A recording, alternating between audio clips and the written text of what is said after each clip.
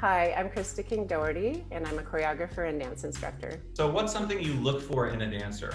That's a great question. I think beyond technique, for me, what's most important, a dancer that is really present, a dancer that's engaged with the material that we're working on, someone that's willing to go out of the box and take risks. I really appreciate a dancer that can contribute something to the space. When I choreograph, even when I teach classes, I kind of have a framework or I have an idea of something I want to accomplish that day, but I really try not to set anything in stone too much because I really like to see what arises in the space. So I really appreciate when I say, take this and make it your own. And I appreciate also dancers who have a great work ethic, who I know who I can depend on, because many times I'm asking them to assist me.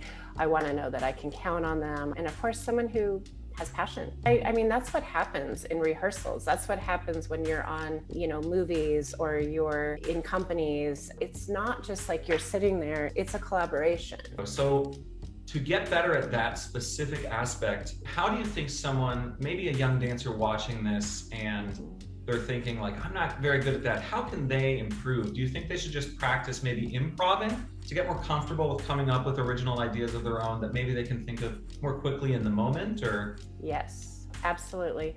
Anyone that also takes my classes knows how much I really love improv, and I think that's hugely, hugely important. I really try to bring to kids things that might help them. My parents were in show business. We lived in California and Hollywood. I basically grew up in the back rehearsal room with my parents when they were rehearsing for classes or tapings of the shows. I think I just danced from basically the time I was born, just picked it up from watching them. Then I started doing ballet. I think my mom found out in LA. She knew, of course, ballet was a great way to start taking, it seriously if you're going to start anywhere. I went to Ballet La Jeunesse, it was called, in Toluca Lake. That's where I got my training in ballet, and then I think started taking other styles of dance.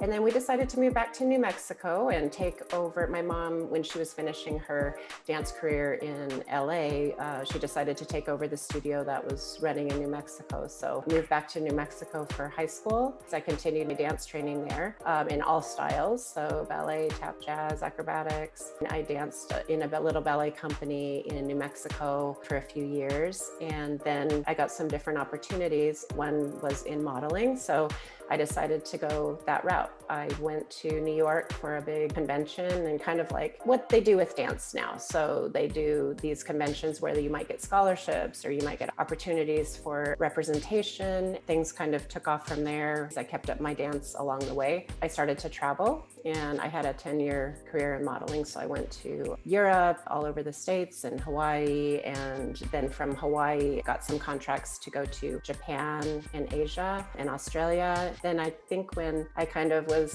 needed a break from that and ready to move on, I came back to New Mexico. I married my husband. I met him in Japan, so we thought we'd stay for a little while. Well, that turned into 20 years.